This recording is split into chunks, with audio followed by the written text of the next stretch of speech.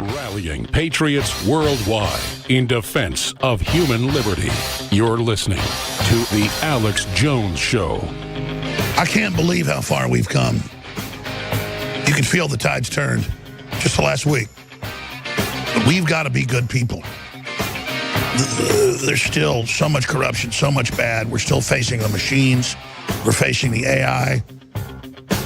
The fact that we're starting to shed ourselves of this group of just absolute vicious, satanic, criminal pedophiles that just want to hurt people is it just shows we're awake and got the face sucker already on us, off of us, partially. We've kind of pulled it off our face and we're missing an eye and missing our cheek. And but you know what? It feels so good to get it off us, even though it's still in our arm. It's trying to eat our arm right now. It's still like we came this far. So it's kind of like that. We'll pull it off and you lose an eye, you lose part of your face, but that can probably get fixed. But it's off you because you look and your children are in the room and it was going to get them.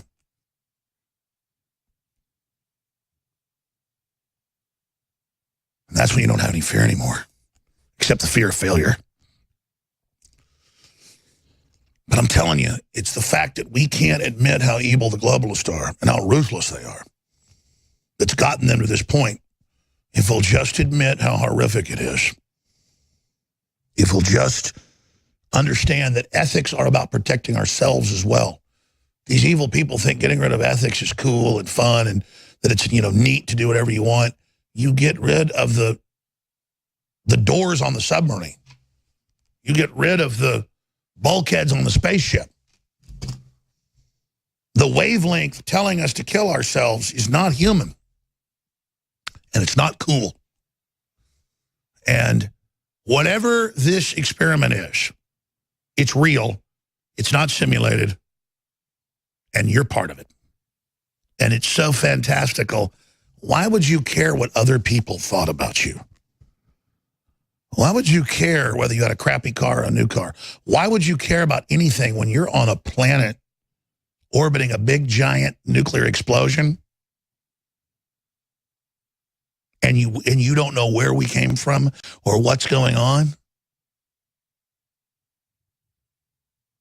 But you look at the purity of a man and a woman together and a child and life and all around us and just the incredible intelligence that built all this and then gave us consciousness and gave us free will and gave us the stars. This is all for us. The whole thing, folks. We can transmit out into space forever. And they're getting some signals back by other folks with their tinker toys. Because, see,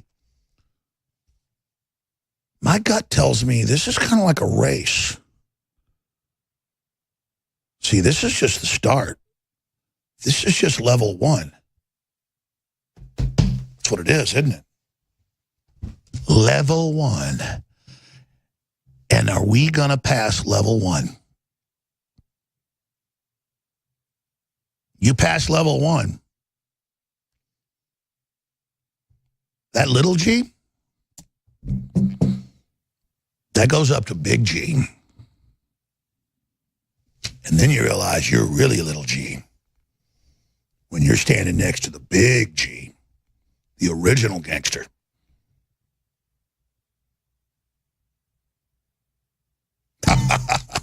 And the dumbass devil can't even take control of us, but thinks he's got control of God. What a loser. A cosmic loser. All right, Ted Malloch, former board member, board head of the Davos Group, been an insider, but fighting the globalists from the beginning. Coming up. Is this damaging Donald Trump? I think quite the opposite, actually. Do you? Why is He's that? used it to his advantage. I mean, yesterday, it was an incredible news conference, press conference. And he comes out the winner. He looks confident. He looks robust. He defends himself. And he actually proves that the news media, at least some part of it, is trying to delegitimize his presidency, his election, and it's doing it by the use of fake news. If it's not fake news, and we don't know, Let me tell you what the British intelligence told me this morning. Okay. This person, who they know, who was an MI6... This is Mr. Steele. It is Christopher Steele. Was also an FBI asset at one point in time, so he has intelligence background, but he was paid by the people that you mentioned who were working for Jeb Bush in order to discredit him. The Democrats took over the contract, as you said. He kept adding to the dossier and using information given to him by the FSB in Russia, most of it fabricated. The more he put into the dossier, the more he got paid. So he made a sensationalist dossier as fat as possible, just like your lawyer charges you more billable hours in order to get paid more. You said most of it fabricated. What bit wasn't fabricated? I don't know what's fabricated and what's not. Obviously, so you don't know if most of it's fabricated? Well, I mean, the stuff that we've read, the salacious stuff that we've read... So some of it might be true. Well, it is true that Mr. Trump was in Moscow. For the Miss Universe contest. Well, you know, these kinds of things are true as well. Right, okay.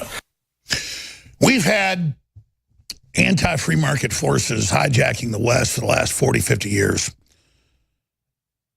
And they're bad for business. And the fact that they don't like to see the West's success is their greatest downfall. They want to make people poor and stupid so their money's worth more. But really, doesn't that just make their money be worth less because they're ruling over a third world hellhole? Ted Malloch has been at the top of governance at the World Economic Forum. He is the chairman and CEO of Global Fiduciary Governance, LLC, a leading strategy thought leadership company. And he's involved a lot of the top thinking going on at Yale University with the Spiritual Enterprise Institute. He's a research professor at Yale University. I'm not going to go over all his books and all his research. We'll talk about one of them we're selling at InfoWarsStore.com, Common Sense Business, that everybody should read. It's a lot better than going and spending a couple of years getting a business degree. You can just read this. A lot of secrets that he's putting out, a true revolutionary act, because the real magician lets you know the tricks. So there you go, TedMalloch.com. He joins us to talk about something he saw a decade ago as he began to break with the globalists. He thought it could end. I'm not speaking for him. He said this before. I'm just recapping. That globalism became a fraud. It wasn't about empowering people and stopping war. It was about building one giant worldwide North Korea, basically. And so he's been instrumental exposing it. Years ago, he said that the Davos man is dead. The New World Order is dead. Now, the Financial Times admits it. The New York Times admits it. So much has happened. And now we see Flake, the neocon rhino joke, resigning, not running for office again. We see it happening everywhere. That's 5 major Republicans. Every special election being lost by Democrats and establishment Republicans. We see referendums against the EU in Italy, 2 of them this year saying no to EU expansion. We see Austria. We see Catalonia moving away from the EU from its pressures. We see the referendums happening just all over the place, where it makes the head spin how fast, not just Brexit, that first big domino that Ted Malloch was instrumental with Nigel Farage and others in executing. And my parents were just there for 3 weeks in England visiting friends, and they just said it's on fire now that they're trying to take Brexit away from them. Well, that just makes the dog want that bone that much harder. So I don't want to be too positive, but let me tell you, we've gone from rack and ruin a decade ago to the Renaissance, I think, being reignited. Is that an accurate way to say it, Ted Malloch? Because from Austria to the Czech Republic, just everywhere, people are saying no to corporate fascism, no to crony capitalism, yes to free market, yes to Renaissance. Well, I like that word that you're using, Renaissance. I am hopeful that we are, frankly, at the very beginning with Brexit and with the Trump presidency, and now what's happening in other places, particularly in Europe, but in other countries as well around the world, with a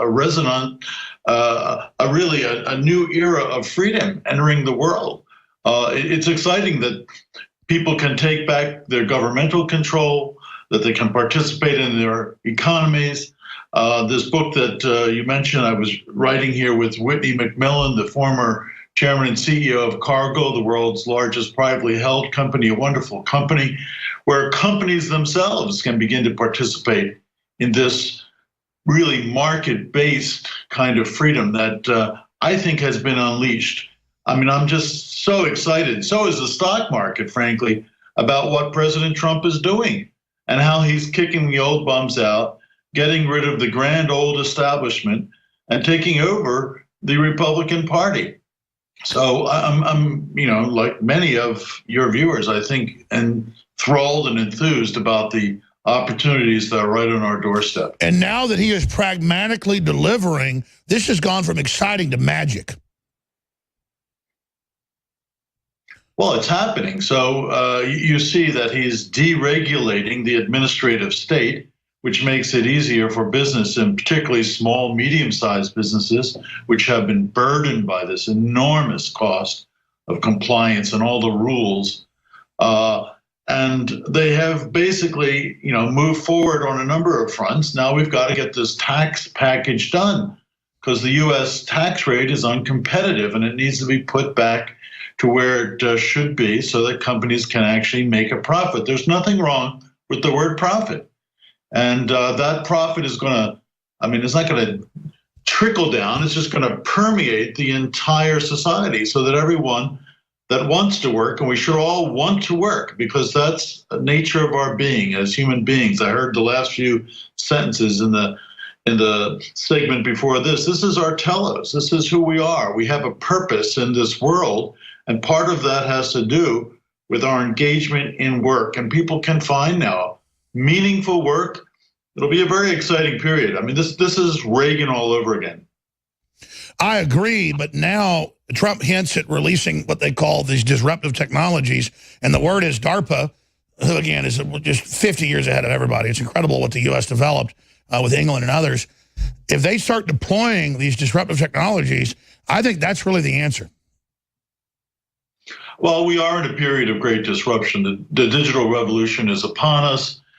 We are going to be living with more automation, more robots, more blockchain, more artificial intelligence, all of these things that are, just at the tip of the tongue are frankly coming into being. And then the next 5 to 10 years, they're going to be part of our social experience, part of our reality. They're going to affect our lives and our working lives rather dramatically. So the question is not to be a Luddite and say, well, how can we keep these things? But to be engaged and aware of it. Aren't we entering a hyper... Be aware and be human about them. They're going to create all kinds of new opportunities. My daughter's majoring in biotechnology as a sophomore in university right now.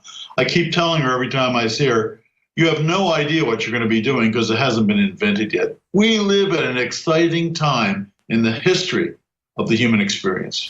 I think one of the most important positions isn't even really a name position, but is to be a true real-time futurist, analyzing technology as it happens, not just chasing the profit, but to actually analyze how it's all coming together. And I know they say the NSA is doing that, but it's not really being done. And so much of what we hear just out of Silicon Valley is just social justice crap. And it's like, what is this? Well, Silicon Valley is an important place where a lot of invention takes place. There's a lot of creativity. Clearly, a lot of these important companies. We got to go to break. Stay there, Ted Malloch. What I'm asking is, why is Silicon Valley, that has its hand really on the pulse of the next level, so obsessed with communism and socialism when they're billionaires? I want to talk about that when we come back. Common sense business, principles for profitable leadership. More and more colleges, unless you're in engineering or legal stuff, are worthless degrees. But you can go out there and read books of people like Ted Malloch and what he's been, highly paid for around the world as a top leadership expert to major corporations. And he's basically giving you the keys to the kingdom in the book that I just finished reading last weekend. It's excellent information available at InfoWarsStore.com. But I don't care where you get it. Just get the book, Common Sense Business. And then give it to your children. Give it to your neighbors. Give it to your friends. Donate it to the library, because they say that youth is wasted on the young. You got business secrets and life secrets, and you try to tell people this stuff, and it's just weird how when it's just being given to them, they don't seem to care when it's right in front of them. But I think we're coming out of that season of ignorance to a great extent and entering a new season of enlightenment, hopefully, speaking of Renaissance. But looking at Elon Musk coming out, Elon Musk is worried about people who talk of AI gods on the list of people who should absolutely not be allowed to develop digital superintelligence. And that's it. They're just worshiping the unknown, believing that they are failed and ugly, and these same globalists project their hate of themselves onto the public. And it's like a sociopath or a psychopath dreaming of the God gene or the Lazarus gene, and believing we're obsolete, as many of these globalists say, and that somehow they'll be made whole when they find this Holy Grail, when we already have the Holy Grail. We're already alive. We're already here. We're already in the middle of this great experiment, and realizing we have our lesser angels, our greater angels, and then deciding what we want to do is the free will. Instead, they're saying, no, you're an animal. It's all predestined, and just, crawl in a hole and die, and it's all over. You don't have free will. I think it's quite satanic, and I agree with Elon Musk. So when I was getting into this Ted and Malloch, this more metaphysical discussion, we're seeing contemporary victories against kind of the old state establishment, but isn't that just a stepping stone to having victory in our own minds? Because we do see this post-human attitude. I'm not against robots. I'm not against technology. We don't know where this is going to take us, as you said, but it's been decided that we're crap and that some new world, more human than human, is there, and that's our salvation. That sounds like a cult to me. It sounds very dangerous. Well, it would be very dangerous if we gave over our minds, our lives, our destiny to machines, or if we somehow believe that technology was the be-all and the end-all. Technology is in the service of mankind. We are not here to serve some god called technology. So we should always keep that in perspective. Even during this great period of the Renaissance, which you've been talking about, it was clearly a period of human flourishing.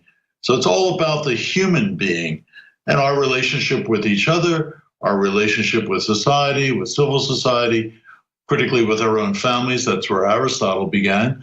Obviously, it's the long story of the drama of the Bible. And I think we should reread those classic works and not divorce ourselves from them in favor of some technoscience. But you were asking before about Silicon Valley. I just wanted to say a minute that I think that lots of startup companies are very exciting. A lot of creation, of course, is done in Silicon Valley.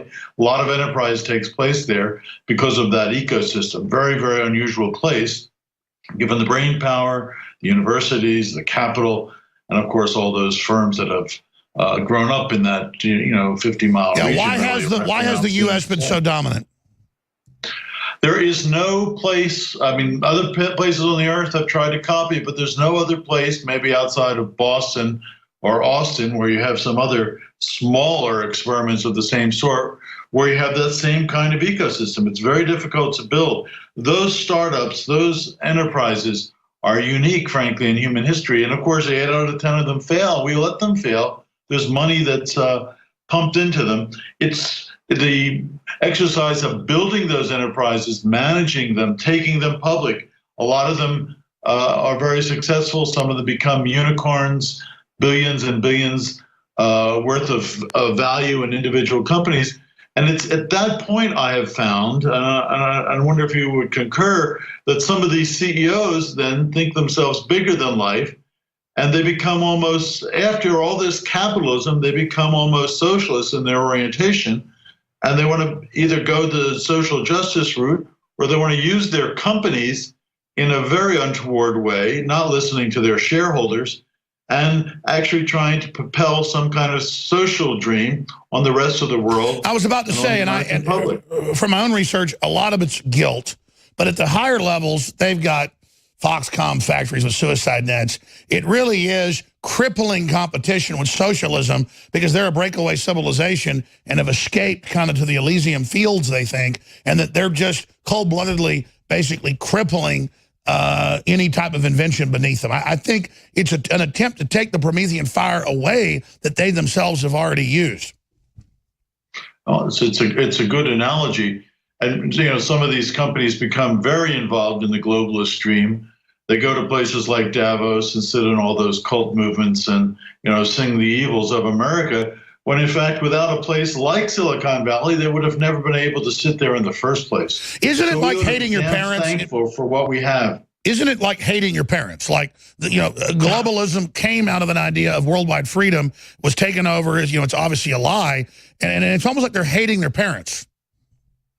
Well, that's another a good sociological commentary. I've never hated my parents, so I don't have any. I never did either, but that's a more modern thing. In fact, where does that come from? Yeah, no, I mean, there's always this rejection of the immediate past, or the revolutionary zeal of thinking that you can start with a clean slate, or that everything that's been given to you is a mistake, and that it's a prime arrogance. It's a prime arrogance to disregard those that came before you and the innovators. I mean, it really is a infantile behavior. It's a kind of hubris, actually, to think that we can step out of this long chain of being. We are historical creatures. Yes. I mean, I personally love doing this ancestral research. So to find out about your parents and your grandparents and your parents' parents, and going back, 5, 6, 7 generations, it's rather fascinating just to see. Because you realize you're basically the composite of them reliving those same dramas. It's amazing. You are their DNA. Without those people contributing to you, you wouldn't be what you are. It's amazing. We're like a composite clone. To change that, I doubt we ever will. How magic is that, though, Ted Malloch? We're a composite clone of all these incredible people that loved each other and had passion together. That's magic. I mean, that is amazing. And they just, they act like that's a bad thing because they know that's the power. I attended my son's wedding this last weekend, and my wedding toast to them in front of a few hundred people was, "To your children's children, children." So not only looking backwards, we're also as human beings very prospectively and with great joy looking ahead. That's right. Who's the Roman god that looks forward and backward? No, you got me on that one. It'll pop my head in a minute, too. We'll be right back. Stay with us. Powerful on the march. And Ted Malloch is riding shotgun with us. He's one of the former board members of the Davos group that's been the most powerful globalist mouthpiece and organization for at least 15 years, still is. But it is kind of like Cornwallis walled up there at the end of the Revolutionary War, getting shelled 24/7. It's not doing too well. And I remember reading about Ted Malloch 25 years ago, like Ted Malloch of the Davos Group and the Aspen Institute, he's this evil globalist. And then I remember like 10 years ago seeing him in op-eds and articles saying, globalism is screwing people and hurting nations and isn't about people and it's going to fail. And so it's just, that's what I'm saying. We tend to think of people that have been in the power structure as our enemies when you actually have to go you have to go see what they've actually done. And then we have to be ready promoting free market and success to win and take governments over and turn the tide, not be in this position of we're losers, we're victims, because so many of the libertarian conservative movement aren't as bad as snowflakes, aren't as bad as SJWs, but they'll still be in everything's controlled and nothing can ever be good and we can never win. We're promoting John Wayne, Marilyn Monroe, 57 Chevys, and space travel and life extension and big swimming pools and having your own religion or not. I mean, that's a lot sexier than, say, Orthodox Islam. I mean, we ought to be able to win this, folks. And so Ted Malloch's here. He's got the book. It's at InfoWarsStore.com. Everyone should be giving this to their children that are in high school or college, because if you're paying for your kids to go, get a business degree, this is as good as the hundreds of thousands of dollars you're going to spend on it. Because from all my study of business, and I'm not some expert, but I've been doing it myself, kind of trial and error, I learned more from this book than there are 20 business books I've read. So Common Sense Business, Principles for Profitable Leadership, and that is from Ted Malloch, Theodore Roosevelt Malloch. So be sure and get your book at InfoWarsStore.com, or you can get it at TedMalloch.com. Again, I say don't get it at Amazon. It's there too, but I mean, Amazon's a big globalist operation. As soon as they're pro-gun and pro-America, I'll say, be on Amazon. I'm just saying your first choice should be get it directly from the folks that are out there. That way you're supporting them as well. Now, getting back to Ted Malloch. Ted, I've been ranting here and getting more philosophical with you, but you predicted 10 years ago this would happen. I know a lot of your leadership has gone into the calculus that Trump and others who mean well, but still pragmatically are looking at what will the public go with. Well, the public wants success and freedom and more of a Wild West deal, and then let's let them have it instead of the bunch of elites on power trips that want to dominate people so they feel like they're in charge of them. We're not big on the third world model here. We're trying to be successful. We're trying to get away from feudalism, as you were saying. So I see us in that battle space right now, having huge success, but still major problems. I want you to speak to some of the negatives instead of just positives, so we're aware of those, we can deal with them and be aware of it, but also the positives. I mean, what do you make of you saying years ago, if Brexit is successful, 2-3 years ago I was reading, it'll be like dominoes, the EU basically falling. They won't admit they fall, but it'll be the end of their tyrannical rule, because they'll come in with more authoritarianism, and an EU army is the answer to folks trying to pull out. That's like beat your wife a few times. Well, really beat her, she's going to leave you for sure. So this just spells defeat, and what you make of Austria, and what you make of the Czech Republic, and what you make of Catalan, and what you make of Brexit, and what you make of what's happening in Australia, and Reykjavik, Iceland, and here. I mean, this is going better and quicker than I even thought it would in my most optimistic models. So in that positivity, what are the dangers in this thing jackknifing or going cattywampus on us? Well, I just finished publishing a piece today on American greatness about America first and this whole thrust of economic and political populism. The whole world is now enthralled with what's happening in the last couple of years. And I think this is very much something that's a snowball. It's just starting. It's going to roll around the world. It certainly has enormous wings that are spreading in Europe, that puts the fear into the European Union, a supranational organization, which obviously is the most globalist, like the United Nations, of any of the entities and organizations that exist in the world. So I'm very positive about that. I mean, if we can keep capitalism, which I think is got to be a democratic capitalism. Obviously, we don't want crony capitalism. We don't want kleptocracy like the Clintons.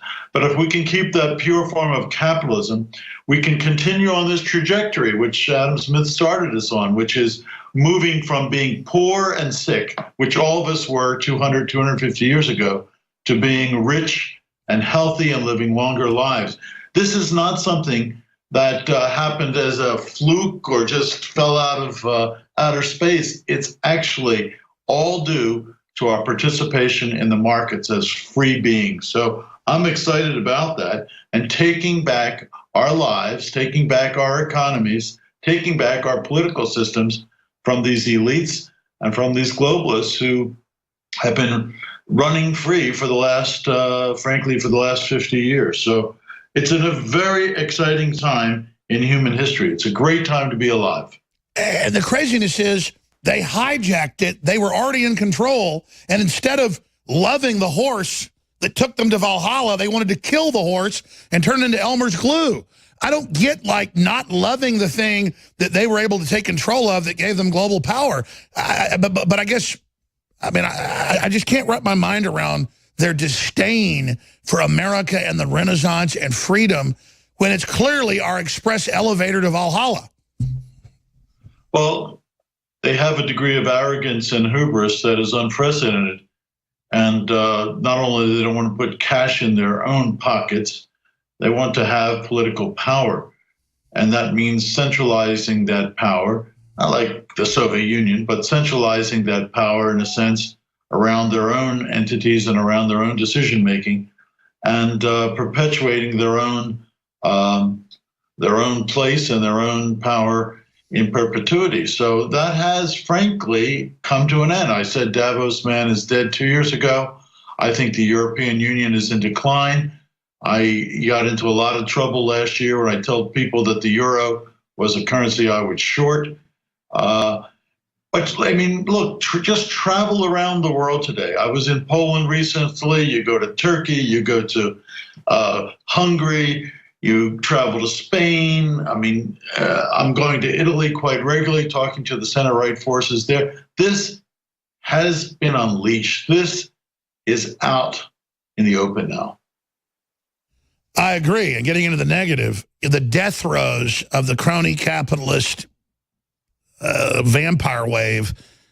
I mean, you'd think they'd want to jump on this and like be part of it, but they're so opposed to something dominant and beautiful and free that they want to strangle it because it's so beautiful. How are they going to strike back? Well, there's no question they're not going to sit by and idly watch this happen. They are going to try with all of their power and all of their might and all of their ill-found fortunes to try to delegitimize President Trump, to try to stop forces like InfoWars, to try to censor other media outlets, and basically to tell the public to let them have their way. So we have to be willing, ready, and able to counter them. Steve Bannon says it's a culture war. It's exactly what it is. It's a culture war. Last night, I went and walked around for an hour in downtown Austin, and conservatives, black, white, Hispanic, were well-spoken, beautiful souls. Liberals would scream, F you, we're going to get you. They were like totally panicked. But how is a cult? Do they all just scream F you and then run? I mean, that's cult programming. Where is that coming from? Well, we know the sources of the left's intellectual power, and it tends to be the university, which is frankly full of too many professors who are teaching them this kind of misbehavior. They're not well read. They can't put up an argument. They basically, as you say, shout euphemisms at their opponents. They are opposed to free speech, and they're not intellectually alive. So I think that they are going to take to the streets. We see this already. That's right. Stay there. They're a cult of dumbasses. Ted Malloch, former board member of the Davos Group, highest globalist level, is our guest. TedMalloch.com. Get his book, Common Sense. America, 1776, the Enlightenment. It's the cutting edge. It's the future. Authoritarianism, feudalism, that's the past. Trying to bring that back as a rerun? Tell us how Venezuela and North Korea is great? No, I don't think so. Bunch of guys with guns, but I don't have guns, pointing them at me, saying they're my God. Ted Malloch, former board member, one of the heads of the Davos Group, one of the guys inside the power structure, has been exposing it for decades, is here, best-selling author as well. The End of Ethics is just one of his best-selling books. The new book, we sell at InfoWarsStore.com, is Common Sense Business. Get it today. Briefly, I'm not going to belabor this, but people should take control of their own chemistry. It's incredible that when I didn't work out from about 23 to about 35, and I gained from 185 pounds to 270 pounds. I gained like 90-something pounds. And I could lose the first 10 easy, and then after that it got really hard. And I was swimming 2 miles a couple days a week and jogging and killing my knees. And I'm still a little bit overweight. I still weigh 240. But the point is that just taking supplements like Super Male Vitality, Anthroplex, the good pure iodine X2 that literally nobody else has got, it makes me lazy. Like, I was supposed to work out this morning, and I was just busy and didn't do it. And it's just ridiculous what iodine did. I mean, IQs went up 15 points after they put potassium iodine in the salt for a while. Back when the feds actually cared about IQ. They took it out in the 70s, and IQs, as you know, have dropped. I mean, folks, it's really, but you can't take the iodine they sell at the store. That's not real iodine. It'll eat a hole in your esophagus. You'll eat a hole in your guts. Don't do it. But consult your physician, because let me tell you, this is from the gaseous pure iodine form from oil drilling. Okay, we had to get like DEA licenses to get this, okay? This is like in an armed vault. One drop of this on the floor, it eats through concrete. It's got to be kept on porcelain. But by this Russian technology, though, they inject it into the palm oil. And X2 is 40% off. I want you to try it. Usually detox in about 2 weeks. You start taking it. So, like I'm telling you, consult your physician. We've got the Winter Sun, 40% off. Vitamin D3 organic, taken under the tongue. We've got Anthroplex. It's a dry form of Super Male Vitality. That's 50% off. And I'm doing this because I keep lowering prices. You order even more. So the more you order, the more I can lower prices. And I can just tell you, Anthroplex is a private label of something that costs $80 in major stores. It's a good deal at $39. At $19.97, it's a loss leader, especially if you sign up for auto ship, an additional 10% off. That way you just get it every month. InfoWarsLive.com, InfoWarsStore.com, or 888-253-3139. Take it for about 2 days, and I think in the morning you might notice something. I'm just going to leave it right there. InfoWarsStore.com, 50% off. Thank you for your support. But just commit to do that. We are unstoppable. You're voting with your dollars. That's why they want a crony capitalist system that's not free market, that's controlled. You vote with your dollars. You can do anything you want, and you have financed this rebellion. Now, Ted Malloch, in the 7 minutes we have left, I want to thank you for joining us. Topics you want to get into, I'd like to hear from your great brain on that. But just briefly, I've been through some persecution fighting the globalists. You were an insider from the start, but always promoting, true free market, not crony systems. What have you gone through being one of the leading intellectual lights of the American and Western resurgence that Western civilization is not a hate crime? Because, again, people need to understand the attacks that go on to understand the enemy. Well, it is true. You get in their crosshairs, and the media in particular, but also the left will come after you. My life in universities has not been easy. I mean, at Yale and at Oxford, major universities in the world, there are very few conservative people. So you're not in a minority. You're in a very, very, very small minority. I jokingly used to say at Yale, the far, far right wing began with Barack Obama, and it gets much stranger after that. I was involved in a big formal debate at Yale. The famous Yale Union has debates every quarter. I was a keynote speaker for one of those debates. It was called, the resolve was Embrace American Exceptionalism. And almost no one at Yale, it seemed to me, thought America was an exceptional place. So we had that debate, and in the course of about 2 hours, we helped to convince them, and in the end, we won that debate by 1 vote. So Bill Buckley would be very proud of us, because in the end, we held up, I think, his notion of the founder's notion of America as a light on the hill. But there are very few places now in the university where conservative students can go for that kind of orientation.